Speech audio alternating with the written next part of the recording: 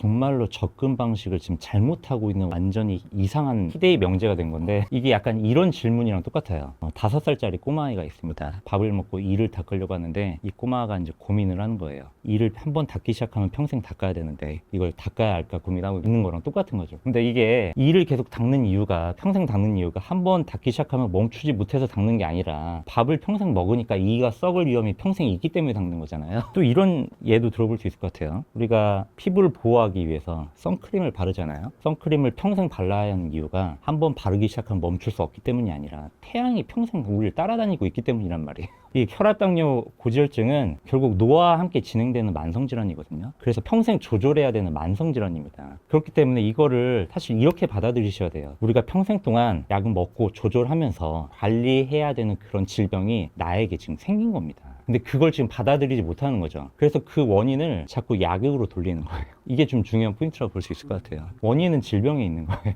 포커스가 약으로 맞춰져 있는 거죠. 그리고 약을 먹으면 결과적으로는 평생 먹게 되니까 포커스가 거기에 맞춰져 있다 보니까 약의 부작용적인 측면에만 사실 더 보고 있는 거죠. 근데 사실 한 번 더 설명을 해보면은 궁극적으로는 건강에 대한 정의가 이루어지지 않았기 때문에 생기는 사고의 흐름이거든요. 건강은 죽음의 가능성을 낮추는 것이고, 죽음의 가능성을 낮추기 위해서는 심혈관 질환을 예방을 해야 되고, 심혈관 질환을 예방을 하기 위해서는 고혈압을 예방을 해야 되는데, 고혈압을 예방하기 위해서 약을 평생 먹는 거거든요. 그로 인해서 죽음의 가능성이 낮춰지는 거죠. 근데 약의 부작용만을 지금 바라보고 있는 거죠. 두 가지로 설명드릴 수 있을 것 같아요. 첫 번째, 콜레스테롤을 떨어뜨리는 게 좋은가? 얘기를 두 가지로 나눠서 한번 해보겠습니다. 일단은 콜레스테롤을 얼마나 떨어뜨려야 할까? 결국에는 다시 건강의 정의로 갑니다. 죽음의 가능성을 낮춰야 하는 것이고, 그 중에 하나가 심혈관 질환 발병을 낮춰야 되는 거죠. 콜레스테롤은 심혈관 질환의 주된 원인으로 알려져 있거든요. 그래서 콜레스테롤을 떨어뜨리는 목적은 심혈관 질환 발병을 낮춰서 죽음의 가능성을 낮추는 거예요. 그렇기 때문에 콜레스테롤이 처음 발견이 됐다면 가장 먼저 확인해야 될 일은 심혈관 질환 발병 위험이 얼마나 되는지를 확인하는 겁니다. 수치에만 매몰되면 안 되는 거예요.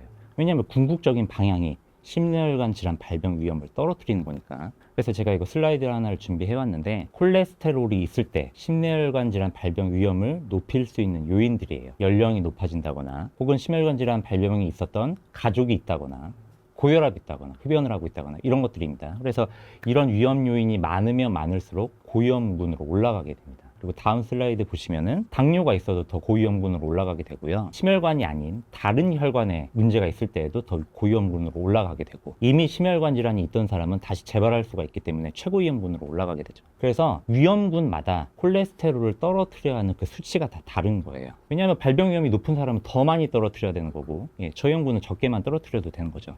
그러니까 목적 자체가 수치가 있는 게 아니라 이 발병 위험을 떨어뜨리는 데 주된 목적이 있는 겁니다. 그러면 이 수치들은 의사들이 그냥 막연하게 생각해서 이 수치를 알려주고 있는 거냐? 그게 아니에요. 다 앞서 말씀드린 무작위 비교 연구를 통해서 입증이 된 내용들입니다. 여기 최고위험군 보면 55 이하로 떨어뜨리라고 되어 있잖아요. 최고위험군을 대상으로 무작위 비교 연구를 해본 거예요. 55 이하로 떨어뜨린 그룹과 그 이상으로 유지했던 그룹을 비교를 해보니까 심혈관 질환의 발병이 압도적으로 떨어지는 거죠.